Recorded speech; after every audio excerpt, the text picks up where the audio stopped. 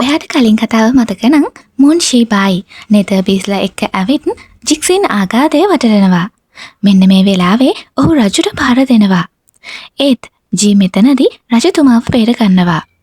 මාලිගාවෙන් පිට නෙදර්බීස්ලව නවත්තන්න මින් යාන් සහ කුමරිය ඇතුළු පිරිස පැරසෝල් භාවිතා කරමින් ඉන්නවා. හයි ළමයි, ස්විට්සෝරේ කැපෙතට ඔයාලව අදරෙන් පිළිගන්නවා. ඔයා අද මේ බලන්න යන්නේ Love in the Cloud Chinese drama එකේ 22 වෙනි එපිසෝඩ් එක.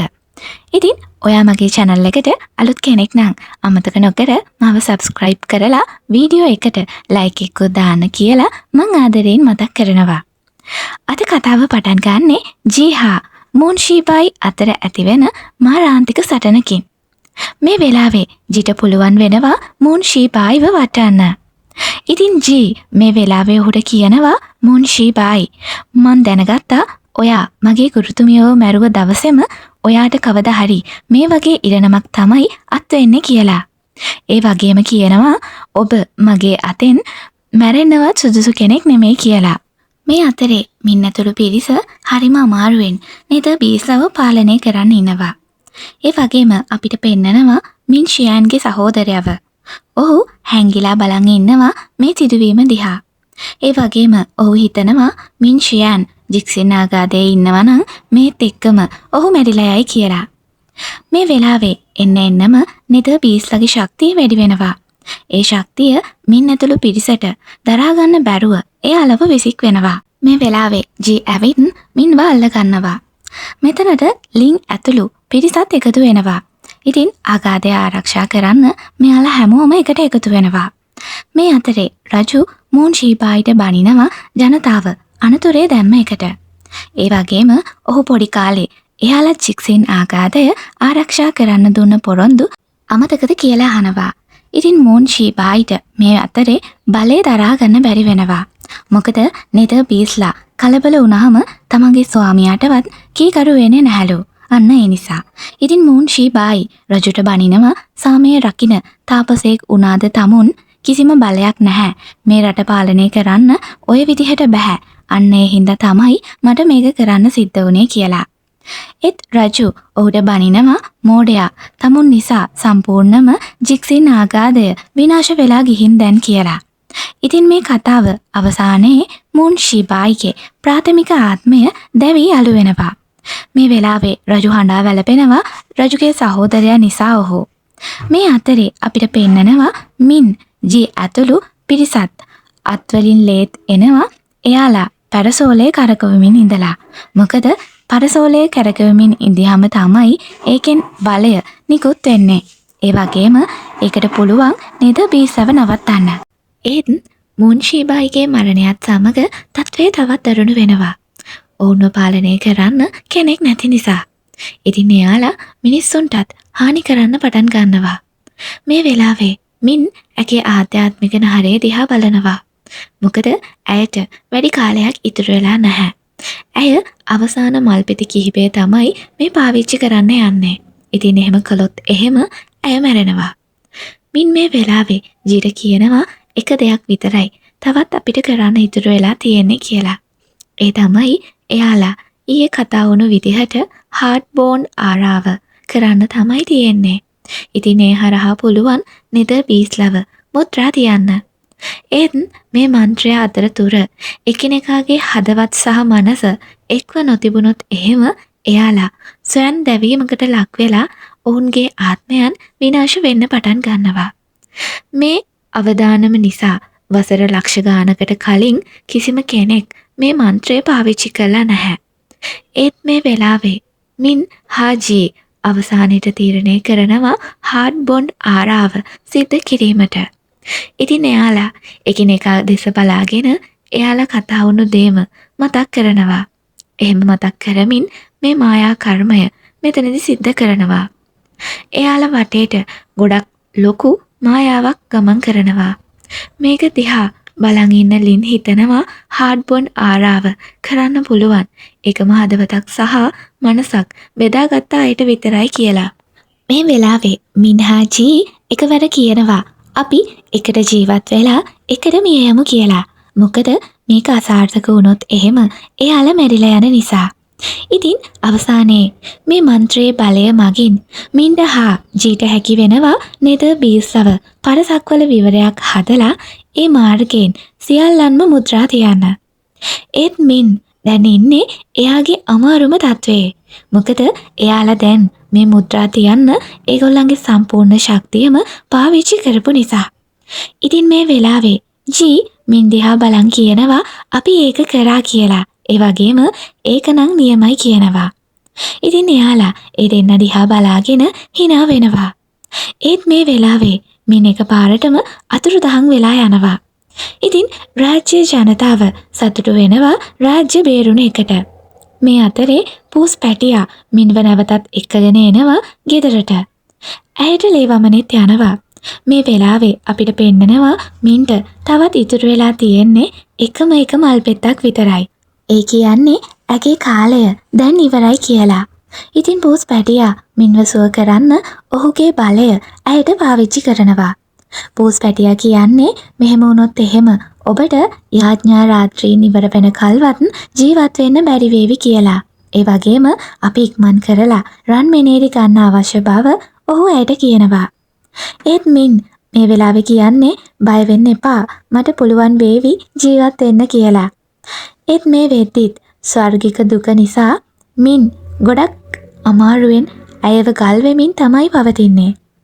මින්ට පූස් පැටියා බලය දුන්නත් අද නම් ඇයව සුව කරන්න වෙන්නේ නැහැ වගේ. ඉතින් පූස් පැටියා ජීට ඇත්ත කියලා ඇය වෙනුවෙන් රන් මෙනේරි අරන් යන්න හදුවත් මේ වෙලාවේ මින් ඔහුට කියන්නේ යන්න එපා කියලා. මොකද ඇයට අවශ්‍ය නැහැ ජී ඇයට වෛර කරනවා දකින්න.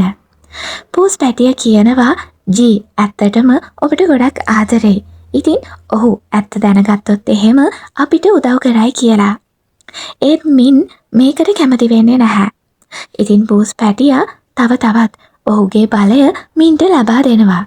මෙන්න මේ වෙලාවේ ජී එනවා මින්ව බලන්න. ඔහු අහනවා ඔයාට දැන් හොඳයිද කියලා. මින් නම් කියන්නේ මායා කර්ම නිසා ඇගේ ශක්තිය ගොඩක් අඩු වුණා වගේ කියලා.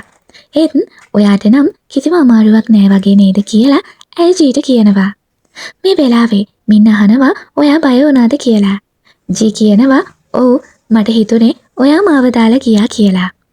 ඒ වගේම ජී කියනවා මම ඔබට කිව්වා මම බේරුණොත් එහෙම මම ඔයාව මගේම කරගන්නවා කියලා. ඒත් මම ඔයාට යන්න ඕනි නම් ඔයාව නවත්තන්නේ නැහැ. ඒක තීරණය කරන්න පුළුවන් ඔයාටමයි කියනවා.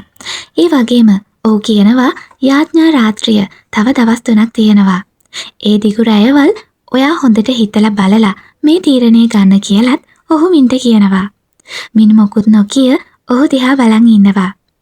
මේ වෙලාවේ ලින් ඇතුළු පිරිස රාජමාලිගාව පරීක්ෂා කරනවා. මෙතනදී මින්ට හම්බ වෙනවා මූන් ෂීබායි දාගෙන හිටපු මුද්ද. මේ වෙලාවේ කුමරිය හා රජු කතා කරනවා රාජධානිය ආරක්ෂා කරන විදිහ ගැන. ඒ වගේම කුමරිය රජුට කියනවා සුරංගනාවියන්ට ඔවුන්ගේ බලය භාවිතා කරන්න ඇය අවසර දුන්නා කියලත්. ඒ වෙලාවේ රජු අහන්නේ ඔබ එහෙම කරේ මින්නී නිසාද කියලා. කුමරිය කියනවා ඔව් ඇයත් එක හේතුවක් තමයි කියලා. ඒ වගේම රජු මේ වෙලාවේ කියනවා යාන් අපි හිතන තරම්ම නරක කෙනෙක් නෙමෙයි. ඔහු මෙච්චර කාලයක් මාව බේරගන්න මාව මැරෙන්න නොදී ඔහුගේ බලය ලබා දුන්නා කියලා. ඒ වගේම ඔහුට දැනුණා කියනවා යාන් ඔහුව ජීවත් කරනවා. ඉතින් රජු කියනවා තව දුරටත් යාන් වැරදියට වටහා ගන්නේ නැතුව ඔහුට නරක විදියට සලකන්නේ නැතුව ඉන්න කියලා. ඉතින් රජු සමග කතා කරපු කුමරිය එළියට එනවා. ඒ එද්දිම ඇයට යාන්ව මුණ ගැහෙනවා. කුමරිය මේ වෙලාවේ ඔහුට බනිනවා ඇයව රැවටුව එකට. ඒ වගේම ඇයගෙන් ඇත්ත හැංගුව එකට. ඇය මේ වෙලාවේ කියන්නේ ඔබ කවද්ද මට ඇත්ත කියන්නේ. ඔබ කවද්ද මං එක්ක එකතු වෙලා වැඩ කරන්න කියලා. ඉතින් යාන් මේ වෙලාවේ ඇයට කියනවා තියන්ජින් මම මුල ඉඳන්ම මට උවමනා වුණේ රාජධානිය බලවත් කරන්න. අන්න ඒ නිසයි මම මූන් ෂීබායිට උදව් කරේ. ඒත් පස්සේ මටම තේරුණා ඔහුගේ සැබෑ අරුමුණ. අන්න ඒ නිසා තමයි මම ජීපෝසායිට මේ දේවල් කිව්වේ කියලා. ඉතින් කතාව අහගෙන ඉඳපු කුමරිය ඇස්සල කඳලුත් පුරවගෙන එතනින් පිට වෙලා යනවා. මේ අතරේ අපිට ජී හා මින්ව පෙන්නනවා. ජීගේ ආත්මලින්ද අසලදී ජී මේ වෙලාවේ එතන තිබුණු මලක් මින්ට කඩලා දෙනවා. ඔහු මේ වෙලාවේ ඇයව තමන්ගේ ආත්මලින්ද තුළට එකගෙන යනවා. ජී මේ වෙලාවේ බෝයුලාන්ගේ පලිය සම්පූර්ණ කරා කියලා ඇගේ පින්තූරය ළඟට ගිහින් ඇයට කියනවා. ඒ වගේම ජී මේ වෙලාවේ ඔහුගේ සැඟවුණු අතීතය ගැනත් මින්ට කියන්න පටන් ගන්නවා. ස්වර්ගික දුක විෂ වෙලා ආඝාතයෙන් පැනලා ආව ජීට බෙහෙත් එකතු කරන්න ආපු බෝයුලාන්ට හම්බ වෙලා තියෙනවා. ඉතින් ඇය ජීව එකගෙන ගිහිල්ලා ඔහුට බෙහෙත් කරලා ජීව බේරගෙන තියෙනවා. ඒ අවසාන වතාවට රන් මෙනේරි හදලා තමයි ඇය ඔහුව බේරගෙන තියෙන්නේ. මොකද බෝයුලාන්ගේ වංශය වන බෝ වංශයේ අය රන් මෙනේරි හදන එක තහනම් කරලා තමයි තිබුණේ. මොකද ඒකෙන් වෙනත් කෙනෙක්ට අසාමාන්‍ය බලයක් ලැබෙන නිසා. ඒ වගේ බලයක් වැරදි මිනිසෙක් අතට ගියොත් ලොකු විනාශයක් වෙන්න පුළුවන් නිසා එයාලා ඒක නවත්තලා තියෙනවා. ඉතින් අන්තිමට මූන් ෂීබායි අතින් ඇයට මිය යන්න උනා ඇය ජීව බේරගන්න රන් මෙනේරි හදපු නිසා. ඉතින් ඇයගේ මරණය නිසා ජී තීරණය කළා තියෙනවා සදහටම රන් මෙනේරි ලෝකෙන් සංගවලා තියන්න. ඊට පස්සේ තමයි ජී ඇගේ මරණයේ පලිය ගන්න පටන් අරන් තියෙන්නේ. ඉතින් මේ කතාව ඇහුව මින් ජීට කියනවා ඔයා ගොඩක් දුක් විඳලා තියෙනව නේද? ඉතින් ඒත් අන්තිමට ඔයාගේ අරමුණ සම්පූර්ණ කරගෙන තියෙනවා කියලා. ජී මේ වෙලාවේ කියනවා මින්නි මේක තමයි මගේ ජීවිතය. මට ඔයාට තවත් හංගන්න දේවල් නෑ කියලා. ඒ වගේම ඔහු ඇයගේ අතින් අල්ලගෙන බෝයුලාන්ට කියනවා මේ තමයි මම ඔයාට කලින් කිව්ව කෙනා. මේ තමයි මගේ බිරිඳ මින්නි කියලා. ජී හරිම ආදරෙන් මින් දිහා බලනවා. ඒ වගේම ඔහු රන් මෙනේරි වලට දැම්ම ලේ මුත්‍රාවත් එයින් ඉවත් කරලා දානවා. පේන විදිහට නම් ජී දැන් ගොඩක් මින්ව විශ්වාස කරනවා. ඒ වගේම ඔහු දැන් ඇයට ආදරය කරනවා වෙනදටත් වැඩිය. මේ වෙලාවේ පූස් පැටියා භික්ෂු සහ ආච්චි එකතු වෙලා එළියේ කෑම හදනවා. පූස් පැටියා කියනවා යාඥා රාත්‍රියේ පහන් කූඩු පත්තු කරනවා බලන්න ඕනේ කියලා. ඒ වගේම ලස්සන ක්‍රමීන් පියාඹනවත් බලන්න ඕනේ කියලා. ඉතින් භික්ෂු කියනවා ඒක කරන්න බෑ ඔයා මෙතන හිටියොත්. ඒකට නම් ඔයා නගරෙට යන්න ඕනේ කියලා. ඒත් පූස් පැටියා නම් කියන්නේ ඔහු වෙනුවෙන් භික්ෂුට මේ සත්තු ක්‍රමීන් මවන්න කියලා. ඒත් භික්ෂු නම් මේක ප්‍රතික්ෂේප කරනවා. ඉතින් පූස් පැටියා දිගටම ඔහුට කරදර කරලා තරහ වෙලා එතනින් ගිහින් වෙන තැනකට වෙලා පාඩුවේ ඉන්නවා. ඒ අතරේ පූස් පැටියා හිතනවා මින්නි ඔයා රන් මෙනේරි ගත්තද කියලා. මේ වෙලාවේ භික්ෂුට ඔහු ගැන දුක හිතෙනවා. ඉතින් ඒ කරලා ඔහු කණා මැදිරියන් පූස් පැටියා ඉන්න තැන මවනවා.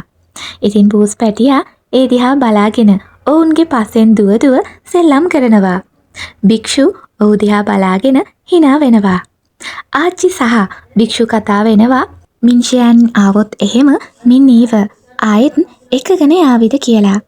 ඒ කරලා ඇය මින්ෂයන්ට බනිනවා. ඇයට හොඳටම තරහ ගිහින් තමයි තියෙන්නේ. මේ අතරේ මින් හා ජී වෙළඳපොලේ ඇවිදිමින් ඉන්නවා. හරිම ආදරෙන් අත් අල්ලගෙන. මේ අතරේ ලින්ගෙන් මින්ට පණිවිඩයක් ලැබෙනවා. ඒ යාඥා රාත්‍රිය වෙනුවෙන් සුබ වතලා. මේක දැකලා ජීට හිතිසියා හිතෙනවා. ඒ වගේම මින් මේ වෙලාවේ ජීගෙන් අහනවා ගුරුතුමියට ඇය ගැන කිව්වේ මොනවද කියලා. ජී කියනවා මම ඇයට කිව්වේ ඉස්සරහට මට විශ්වාස කරන්න පුළුවන් මගේ ආදරය මට ලැබුණා කියලා තමයි කියලා. ඉතින් මේක අහපු මින්ට මතක් වෙන්නේ තව එක මල් පෙත්තයි ඇයට තියෙන්නේ. ඒ වගේම ඇගේ කාලය දැන් ඉවරයි කියලා. ඉතින් මින් මේක මතක් කරලා ජී දිහා බලලා hina වෙනවා. මේ අතරේ අපිට ෂැන්තායිව පෙන්නනවා. ඇය සමග වෙළඳපොලේදී ෂුන් ජෙනරාල්ගේ මිනිසෙක් රණ්ඩු වෙනවා. මේ වෙලාවේ ඔහු ඇයට පහර දෙන්න යද්දිම එක තරුණයෙක් ඇවිත් ඔහුව නවත්තලා ෂැන්තායිව බේර ගන්නවා. ෂැන් ඔහුට ස්තුති කරලා ඇයව ඔහුට හඳුන්වලා දෙනවා. මේ වෙලාවේ මේ තරුණයා කියනවා යාඥා රාත්‍රිය බලන්න ඔහු ආවේ කියලා. ඉතින් ශන්තායි ඔහු එක්කගෙන යනවා රාත්‍රිය බලන්න. මේ වෙද්දී තියන්ජින් කුමරියත් ජනතාව දකින්න ඇවිත් ඉන්නවා. ඉතින් ජනතාව ඇයට සුබ පතනවා ඇගේ පාලනයට. ඉතින් මින් හා ජීත් ඇවිත් ඉන්නවා යාඥා රාත්‍රිය බලන්න. මේ වෙලාවේ මෙයාලා කතා වෙන්නේ සතුරු රාජධානි ගැන.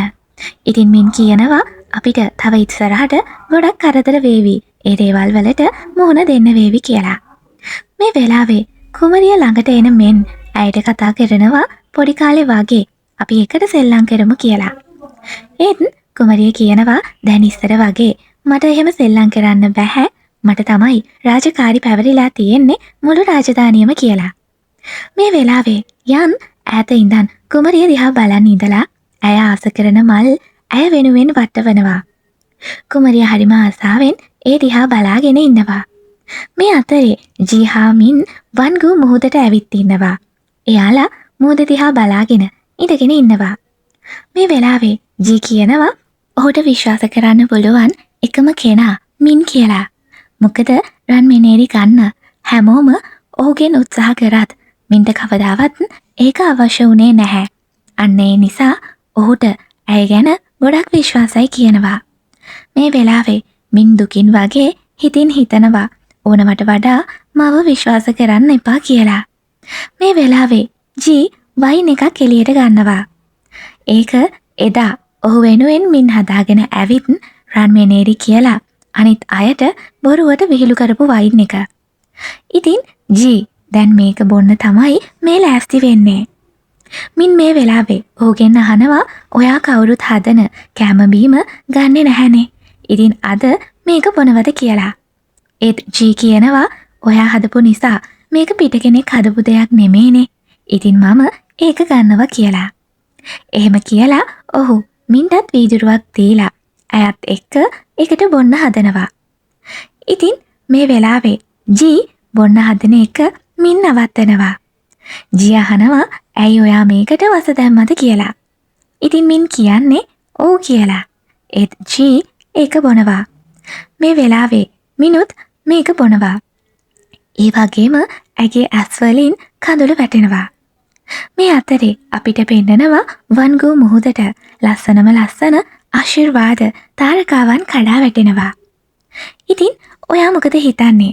මින් ඒ වයින් එකට විෂ කවලම් කරලා ඇතිද? ඇයත් ඒක බිව්වේ ඔහුත් එක්කම මැරෙන්න හිතාගෙනද? ඉතින් ඔයාගේ අදහසත් අමතක නොකර පහලින් කමෙන්ට් එකක් දාගෙන යන්න. ඉතින් ඊළඟ කොටසින් ඉක්මනින් හම්බ වෙනකන් හැමෝටම සුබ දවසක්.